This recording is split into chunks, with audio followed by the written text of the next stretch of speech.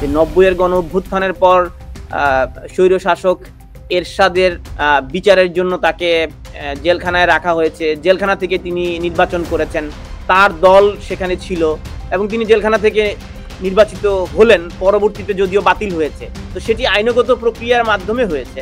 কিন্তু একইভাবে শেখ হাসিনা অথবা তার দলের আওয়ামী লীগের যাদের বিরুদ্ধে অভিযোগ রয়েছে তারা বিচার প্রক্রিয়ার আগে রাজনীতি করতে পারছে না, তার দল রাজনীতি করতে পারছে না, এবং ইভেন জামায়াত ইসলামীর বিচার হয়নি দল হিসেবে, রাজনৈতিক দল হিসেবে। তাহলে আওয়ামী লীগকে বিচার নিশ্চিত করতে হবে, এটিকে আপনি কিভাবে দেখেন? ৫ই আগস্টকে কেন্দ্র করে যা ঘটছে সেখানে কিন্তু পুলিশ সক্রিয় ভূমিকা রাখছে, সরকারের বিভিন্ন ইনস্ট্রুমেন্ট ভূমিকা রাখছে। হ্যাঁ, আওয়ামী লীগও দল হিসেবে ছিল, বাট সঠিকভাবে বিচার করতে গেলে আওয়ামী লীগ দলকে যথাযথ প্রক্রিয়ায় বিচার করতে গেলে আওয়ামী লীগ দলকে কিন্তু খুব বেশি এই বিচারের আওতায় আনার সুযোগ থাকে না।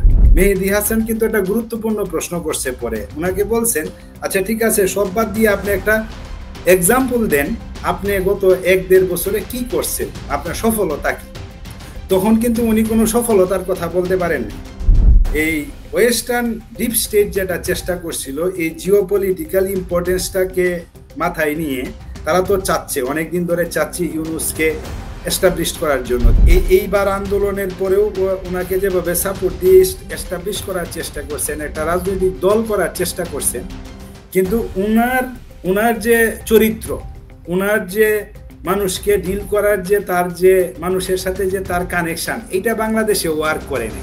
এখানে কিন্তু ওয়েস্টার্ন যে শক্তি, ওনাকে দিয়ে কিন্তু ওয়েস্টার্ন শক্তির কিন্তু আলটিমেটলি দেখা যাবে যে এটা একটা ব্যর্থ একটা অ্যাটেম্প, দীর্ঘদিনের একটা ব্যর্থ অ্যাটেম্প, যে ডক্টর মোহাম্মদ ইউনূসকে দিয়ে বাংলাদেশে একটা দল করার চেষ্টা করা হয়েছে। আপনার কাছে কেন মনে হয় যে ডিপ স্টেট ডক্টর ইউনূসকে ধরে রাখতে চাইছে? আমরা যদি ইতিহাসের সেই উমিচাঁদ থেকে শুরু করে পলাশির যুদ্ধের মির্জাফর থেকে শুরু করে কোনো এগুলো তো ডিপ স্টেটেরই অংশ।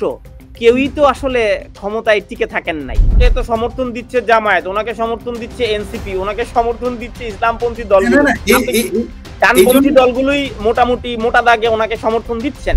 এখন ডক্টর মোহাম্মদ ইউনূসকে ধরে রাখলে ওয়েস্টার্ন ডেমোক্রেসির তারপরেও একটা ইজ্জত আছে। আমার বিশ্বাস এই ওয়েস্টার্ন ডেমোক্রেসির আর ইজ্জত থাকবে না ডক্টর মোহাম্মদ ইউনূসকে এই ফেব্রুয়ারির পর থেকে যদি সাপোর্ট দেয়, এবং দিবেও না। তা আপনার কাছে কেন মনে হচ্ছে যে ডিপ স্টেট এই শেখ হাসিনা সরকারকে উৎখাতের পর প্রফেসর ডক্টর ইউনূসকে স্থায়ী করতে যাচ্ছেন? এর আগে পৃথিবীর ইতিহাসে কখনোই যখন অভ্যুত্থান হয়েছে এই স্বল্প সময়ের জন্যও হয়েছে, এবং অল্প সময়ের জন্যই এই ইন্টারিম গভর্নমেন্ট বা অভ্যুত্থানকারী বিপ্লবী সরকারটা আসলে টিকেছে।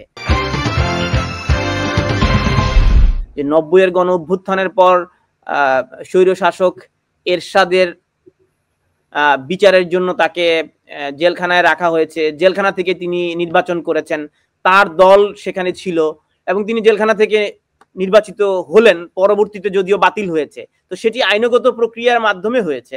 কিন্তু একইভাবে শেখ হাসিনা অথবা তার দলের আওয়ামী লীগের যাদের বিরুদ্ধে অভিযোগ রয়েছে তারা বিচার প্রক্রিয়ার আগে রাজনীতি করতে পারছে না, তার দল রাজনীতি করতে পারছে না, এবং ইভেন জামায়াত ইসলামীর বিচার হয়নি দল হিসেবে, রাজনৈতিক দল হিসেবে। তাহলে আওয়ামী লীগকে বিচার নিশ্চিত করতে হবে, এটিকে আপনি কিভাবে দেখেন? না, ধন্যবাদ যারা শুনছেন তাদেরকেও। সাব্বির ভাই যে পয়েন্টে বললেন উনি তো খুব সুন্দর করে বলছেন। আচ্ছা, আমি আসলে ওনার একটা পয়েন্ট, গুরুত্বপূর্ণ পয়েন্ট দিয়ে আমি আসছি এই প্রসঙ্গে। উনি যে আমরা যে আলোচনাটা করছি দলের বিচার আর সরকার, আসলে তো এই ৫ই আগস্টে আওয়ামী লীগের পতন না, সরকারের পতন হয়েছে, আওয়ামী লীগ সরকারের পতন হয়েছে। আমরা যেটা ভুলটা করি, দল আর সরকারের মধ্যে পার্থক্যটা নির্ধারণ করতে পারি না। কারণ আপনি দেখবেন আওয়ামী লীগ ১৫ বছর ক্ষমতায় ছিল, দীর্ঘদিন ক্ষমতায় ছিল, মানে ক্ষমতার শেষ দিকে এসে আসলে দলের সাথে সরকারের কিন্তু অনেক দূরত্ব হয়ে গেছিল।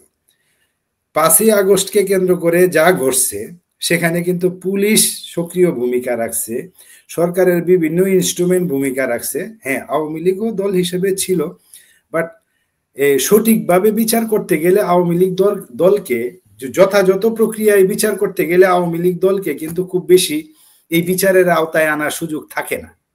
কিন্তু যথাযথ প্রক্রিয়ায় পাচ্ছে না বিদায় তারা আসলে কোনো প্রক্রিয়ায় যেতে চাচ্ছে না, কোনো প্রক্রিয়া না যেই তারা এই গায়ের জোরে অনেকটা বন্ধ করে রাখতে চাচ্ছে, নিষিদ্ধ করতে চাচ্ছে। এই জন্য আমরা যদি এই আলোচনা করি, যৌক্তিক আলোচনা এখানে করে লাভ নাই, কারণ ওরা যৌক্তিকভাবে চিন্তা করছে না কি হলে কি হবে। এটা তো আমরা জানি সবাই, এভাবে তো একটা দলকে নিষিদ্ধ করতে পারে না।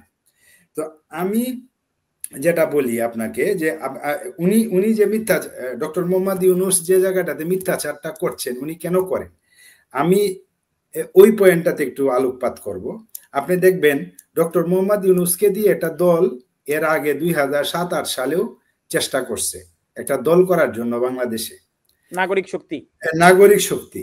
এখন ওয়েস্টার্ন ডেমোক্রেসি, ওয়েস্টার্ন শক্তির যে ডিপ স্টেট, তারা বিভিন্ন দেশে ডক্টর মোহাম্মদ ইউনূসের মতো শক্তি তৈরি করতে চায়, কিন্তু western democracy, civil society Yunus যেভাবে ব্যর্থ হয়েছে, এই ইউনূসকে কিন্তু এই ওয়েস্টার্ন ডেমোক্রেসি বেশি দিন ধরে রাখতে পারবে না। আপনি মেহেদী হাসানের প্রশ্ন যদি আপনি খেয়াল করেন, মেহেদী হাসান কিন্তু একটা গুরুত্বপূর্ণ প্রশ্ন করছে পরে, ওনাকে বলছেন আচ্ছা ঠিক আছে সব বাদ দিয়ে আপনি একটা এক্সাম্পল দেন, আপনি গত 1-1.5 বছরে কি করছেন, আপনার সফলতা কি।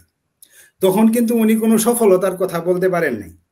উনি বলছেন বাংলাদেশের মানুষ এখন আগের চেয়ে বেশি সম্মানিত, এই ধরনের কিছু বলছে, সম্মানিত বোধ করছে, আত্মসম্মান বোধ এই ফিলটা মানুষের বেশি হচ্ছে, সুনির্দিষ্ট কিন্তু কোনো তার অ্যাচিভমেন্ট বলতে পারে নাই।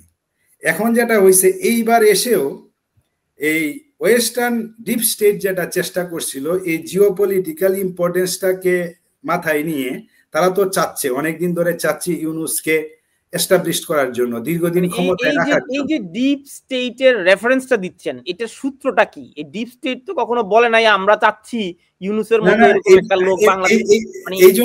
এই জন্যই তো এটাকে ডিপ স্টেট বলা হয়, হ্যাঁ, যে ওইটা বলবে না এইভাবে। আচ্ছা, যেটা বলি, আমাদেরকে তো সোর্স বলতে হয় যে এইভাবে আমরা বুঝতে পারি, সাধারণ দর্শকরা অনেক সময় ডিপ স্টেট পলিসিটা বোঝে না আর কি। না, ওনাকে যেভাবে ধরেন 2006-7 সালেও ওনাকে যেভাবে গ্লোরিফাই করার চেষ্টা করছে, এইবার আন্দোলনের পরেও ওনাকে যেভাবে সাপোর্ট দিয়ে এস্টাবলিশ করার চেষ্টা করছেন, একটা রাজনৈতিক দল করার চেষ্টা করছেন, কিন্তু ওনার যে চরিত্র, ওনার যে মানুষকে ডিল করার যে তার যে মানুষের সাথে যে তার কানেকশন, এটা বাংলাদেশে ওয়ার্ক করে নাই।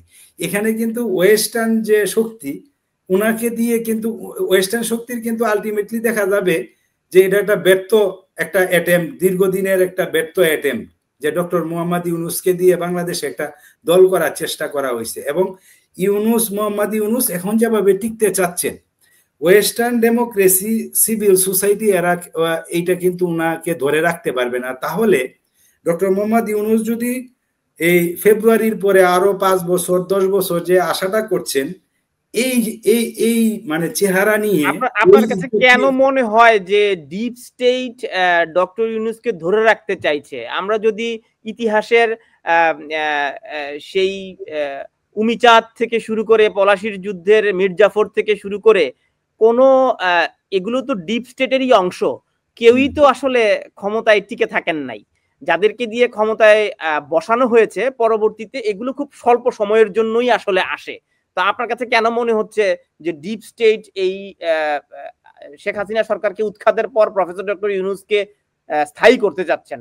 এর আগে পৃথিবীর ইতিহাসে কখনোই যখন অভ্যুত্থান হয়েছে এই স্বল্প সময়ের জন্যও হয়েছে, এবং অল্প সময়ের জন্যই এই ইন্টারিম গভর্নমেন্ট বা অভ্যুত্থানকারী বিপ্লবী সরকারটা আসলে টিকেছে। তো প্রফেসর ইউনূসেরও তো একই স্বল্প সময় থাকার কথা, ইতিহাস তাই বলে। না, কিন্তু এইবার দেখেন, এটা ওনাকে এস্টাবলিশ করার জন্য দুইবারই কিন্তু পলিটিক্যাল একটা দল এস্টাবলিশ করার অ্যাটেম্প নিয়েছে। যদি পলিটিক্যাল দলটা এস্টাবলিশ করতে সফল হইতো তাহলে কিন্তু চিত্রটা ভিন্ন রকম হইতো। ধরেন আজকে 5 তারিখের পরে, যে গত বছর 5ই আগস্টের পরে যে আওয়ামী লীগ বিদায় নিল, তারা যে আশা করছিল একটা রাজনৈতিক দল করে এই দলটা যদি জনপ্রিয় হইতো, যেমন জিয়াউর রহমান দলটা প্রতিষ্ঠা করার পরে বিএনপি দলটা জনপ্রিয় হয়েছে, আওয়ামী লীগের এগেইনস্টে একটা বিরোধী দল দরকার ছিল, সেই দলটা সেই মোমেন্টাম কিন্তু জিয়াউর রহমান নিয়েছিলেন তখন। এই জিনিসটাকে যদি এরা ধরতে পারতো, যেমন আমার একটা ভয় ছিল ভয় কিংবা আশঙ্কা ছিল, যদি তারা কালচারাল এই শেখ হাসিনা আওয়ামী লীগ সরকার বিদায়ের পরে বাংলাদেশে তারা আওয়ামী লীগকে ধ্বংস করতে যে মুক্তিযুদ্ধকে যেভাবে প্রতিপক্ষ করছে, তারা যদি এইভাবে প্রতিপক্ষ না করত, তাহলে এই দলটা, আমার ধারণা ছিল যে টু সাম এক্সটেন্ট একটা জনপ্রিয়তা পাওয়ার একটা সম্ভাবনা ছিল। এই দলটা যদি শক্তভাবে বাংলাদেশে দাঁড়িয়ে যেত, তাহলে কিন্তু এই 5 বছর 10 বছর ক্ষমতায় থাকাটা তার জন্য সহজ হয়ে যেত। কিন্তু এখন কিন্তু ওনার জন্য দীর্ঘদিন ক্ষমতায় থাকা পক্ষের শক্তি কিভাবে, ওনাকে তো সমর্থন দিচ্ছে জামায়াত, ওনাকে সমর্থন দিচ্ছে এনসিপি, ওনাকে সমর্থন দিচ্ছে ইসলামপন্থী দলগুলো, ডানপন্থী দলগুলোই মোটামুটি মোটা দাগে ওনাকে সমর্থন দিচ্ছেন এবং তাদেরকে মাঠে নিয়েই তারা রাজনীতি করছেন। এইটাই যখন স্পষ্ট হয়ে গেছে, তখন কিন্তু ওই যে গ্রুপটা, আগে মানুষ তো একটা ঘোরের মধ্যে ছিল, তখন 5 তারিখে যখন পরিবর্তন হয়েছে, তারা মানুষকে যখন মানে আন্দোলনে নামিয়ে নিয়ে আসছে, এনগেজ করছে, তাদেরকে যে কথা বলছে সেই জায়গাটাতে কিন্তু তাদেরকে স্বপ্ন দেখাইছে যে 5 তারিখের পরে সেই ইনক্লুসিভ হবে, বাংলাদেশ আরো ভালো পথে যাবে। কিন্তু উল্টা পথে যাত্রা শুরু করলো। শেখ হাসিনা বিদায় নেওয়ার জাস্ট আগে থেকেই উল্টা পথে যাত্রা শুরু করলো। তখন কিন্তু মানুষ তাদেরকে আর ট্রাস্ট করছে না, যেহেতু দলটা দাঁড়ায় নাই। এখন ডক্টর মোহাম্মদ ইউনূসকে ধরে রাখলে ওয়েস্টার্ন ডেমোক্রেসির তারপরেও একটা ইজ্জত আছে। আমার বিশ্বাস এই ওয়েস্টার্ন ডেমোক্রেসির আর ইজ্জত থাকবে না ডক্টর মোহাম্মদ ইউনূসকে এই ফেব্রুয়ারির পর থেকে যদি সাপোর্ট দেয়, এবং দিবেও না। আপনি দেখবেন উনি আন্তর্জাতিক মিডিয়াতে গেলে উনাকে এরকম হচ্ছে যে বিব্রতকর পরিস্থিতিতে পড়তে হবে, প্রশ্নের সম্মুখে পড়তে হবে। কারণ ওয়েস্টার্ন ডেমোক্রেসি যেভাবে কাজ করে, ইউনূসকে দীর্ঘদিন ক্ষমতায় রাখতে পারতো যদি ইউনূসের রাজনৈতিক দলটা দাঁড়াইতো। এবং পৃথিবীর যেখানে যেখানে ওয়েস্টার্ন ডেমোক্রেসি ইউনূসের মতো তাদের ফেভারের লোককে এস্টাবলিশ করতে চাইছে, যেখানে দল দাঁড় করাইতে পারছে, সেখানেই তারা দীর্ঘমেয়াদে পরিকল্পনাটা বাস্তবায়ন করতে পারছে। যেখানে পারে নাই সেখানে ব্যর্থ হয়েছে।